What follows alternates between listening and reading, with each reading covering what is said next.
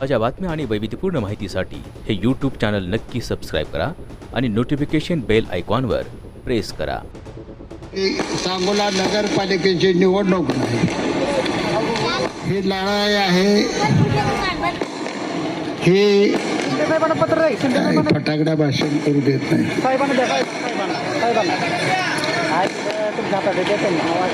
ही आपल्या स्वाभिमानाची निवडणूक आहे. आज आपल्याला गुलाम बनवलं,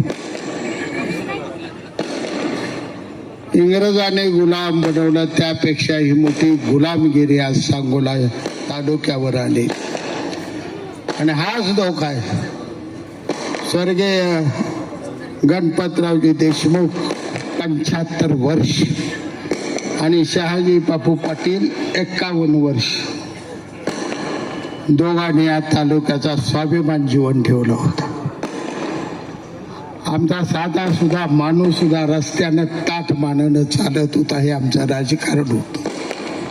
आणि आज राजकारणानं वेगळं वळण घेतलं. हेलिकॉप्टरने येतं, धाड धाड धाड धाड धाड धाड मिलिटरीच्या माणसासारखं चालत सुटायचं, दाब द्यायचा, दाब दापाशा दाखवायचं चाललंय काही नेमकं तिथं. निवडणुका लढवायला का तुम्ही गुंडगिरी दादागिरी आमच्यावर करावी राहायला का इथं? तुमच्या सगळ्यांना माझी आई शपथ आहे, तुमच्या आईची. उमेदवार या तालुक्यातला मिटिंग घेऊन बाबासाहेब देशमुख आणि बनकर आबा जाहीर केला का? मी आनंदामाने जाहीर केला होता. तुम्ही सांगा, खरं बोल. उमेदवार जाहीर केला सगळ्या पक्षानं, मिटिंग घेतली. शेतकरी कामगार पक्ष स्वतंत्र लढाई खेळणार आणि आमचा हुकमी एक्का बनकर आबा उमेदवार. जयाभाऊ नाव मला ठेवताय. 50 वेळा गावात नाला माझ्या त्या ऑफिस पुन्हा जात आहे. भुयारातनं गाडी माग माग माग वाजत जाते. ती करोडोपती असलेल्या त्या बाळासाहेब एरंडिया बघल्या जात. आमच्या गरीबाच्या घरी त्या ऑफिस मध्ये कोराच्या तर मिळाला असा तुम्हाला. सारखंच मखमक चौदार जेवण कराय तिकडे का पळत. ही लढाई मी जास्त बोलत नाही. या शहरासाठी माझ्या हप्तापोटी साहेबांनी 200 कोटी रुपये दिले आहेत. त्या 200 कोटी रुपयाची जर तुम्हाला काय दयामाया दाखवायची असेल, काय हे आपल्याला साहेबांनी दिलेलं त्याचं काय फेडायचं असं धनुष्यबाण हे चिन्ह आहे मित्र. मला झटका नाही जाणार दे. दीपक आबा साळुंग पाटील आईचं बापाचं नाव घेऊन 50 वर्ष गुलाबजामुन बासुंदीच खाताला इथपर्यंत. आता जरा वाळलं, जरा भेटायला लागलं का सावलीला जाण्यासाठी सगळा स्वाभिमान घाण ठेवून आजारी सलाईन लावून सुद्धा गडी पळत सुटला बाळासाहेब एरड्या बांधल्यावर. काय आमदार, काय दीपक आबा. तर दुसऱ्या बाजूला ज्यांना निवडून दिलं, जयकुमार गोरे, मला माहित होतं तुम्ही आता बिता उघडं पडलं म्हणाल. इतका बारका शहाजी बापू नाही. तुमच्या रकमा शेका पक्षाला पोचल्या, ती जवळ्याला कशा गेल्या, टायमिंग माणसाची नावं मला विचार. पण मी का बसलो होतो निवडणुकीआधी. मला माहित होतं भाजपनं माझं कपाट मोडलेलं आहे, पण मी शांत राहिलो, काय बोललो नाही, टीका केली नाही. पराभवानंतर सुद्धा फडणवीस साहेब आवर्जून सांगतो मी भाजपवर आरोप केला नाही, पण भाजपने तर मदत शेका पक्षाला केली. चित्र तालुक्याला माहित होतं तरी आम्ही सहन केलं, कारण मित्र पक्ष आपला. आणि आज जुळवायचं सोडून तोडायचं करताय तुम्ही. कशासाठी तोडलं? काय माझा गुन्हा होता? प्रशांत परेकांची आमदारकी करायसाठी रात्रंदिवस भाऊ दोघं 3 महिने झोपलो नाही आम्ही.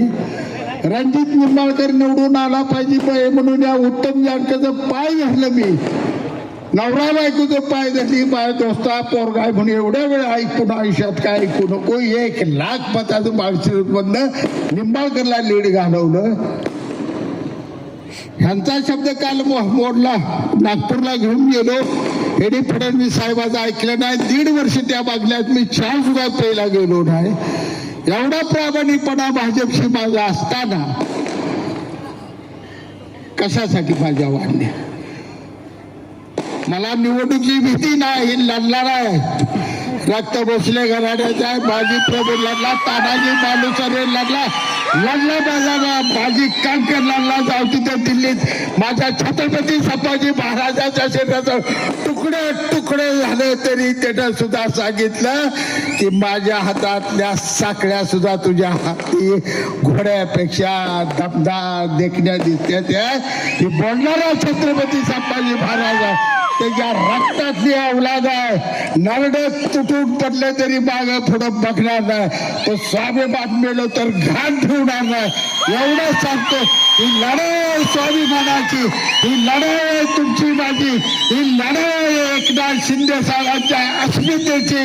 जी अस्मिता जपण्यासाठी मावळ्यांनी प्राण दिलं तसं शिंदे साहेबांच्या अस्मितासाठी ज्याने आपल्या सांगोला तालुक्यासाठी भरभरून दिलेला आहे त्यांच्या अस्मितेला जपण्यासाठी दिसेल तिथं मग धनुष्यबाणाला मारा. आणि हे जे बसले मला माहित आहे घाबरून त्यांना बी कळलंय सगळे कपाट मोडले काम झाले तपा. आता रात्री बसल्या ते 2 हप्ते काढायचे म्हणजे लगा सांगोलचं आलो काय.